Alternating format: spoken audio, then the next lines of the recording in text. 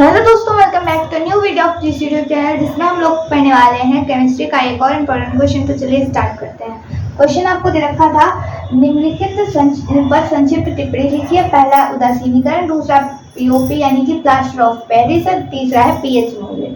तो उदासीनीकरण क्या होता है? जब अम्ल व क्षार की परस्पर अभिक्रिया होती है तब जल वातावरण बनता है, इसे उदासीनीकरण अभिक्रिया कहते हैं। रिएक्शन देखो क्या होती है।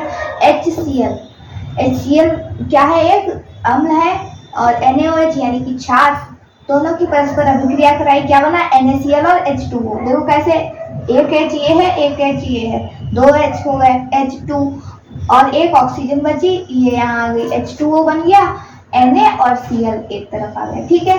उसके बाद प्लास्टर ऑफ पेरिस आता है, जिसको P.O.P भी लिख सकते हैं। तो ये क्या होता है? जिप्सम जो होता है उसको हम लोग 120 डिग्री तक गर्म करते हैं, तब हम प्लास्टर ऑफ पेरिस मिलता है। तो प्लास्टर ऑफ पेरिस हो सकता है ये पूछ लिया जाए उसमें MCQs में कि ये किसका घटक होता है। तो ये जिप्सम जो होता है वो कैल्शियम का घटक होता है। ठीक।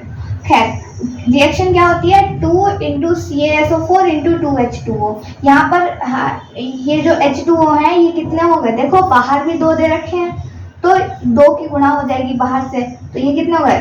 2 2 4, यानी कि 4 H2O है, और ये वाला 2 CaSO4 यानी कि 2 CaSO4 है।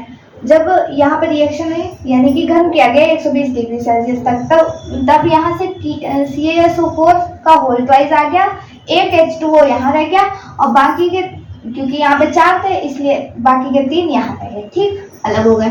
उसके बाद पीएच मूल्य, यह हाइड्रोजन आयनों की सांद्रता का ऋणात्मक लघुगणक होता है। देखो लिखते कैसे हैं?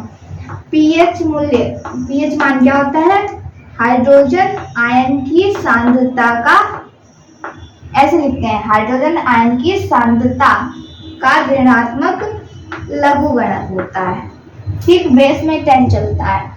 तो ये होता है पीएच का फॉर्मूला। ये आपको लिखकर दिखाना होगा, चाहे आप अंदर जो भी हेडिंग आ रखी हो उसमें कुछ भी, मतलब कि जितनी चीजें भी आप लिखते हैं, लेकिन उसके बाद में ये फॉर्मूला आपको लिखना ज़्यादा कंपलसरी रहता है।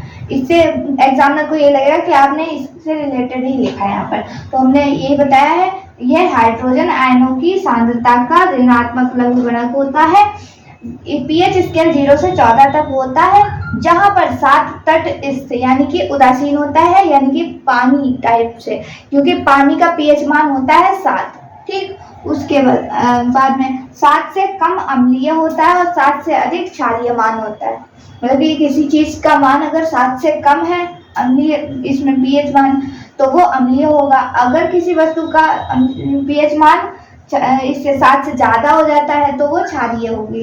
उसके अलावा मानव शरीर में सामान्य पीएच 7.35 होता है, यानी कि ब्लड वाला जो होता है पीएच मान वो 7.35 होता है, जो इसे क्षारीय बनाता है।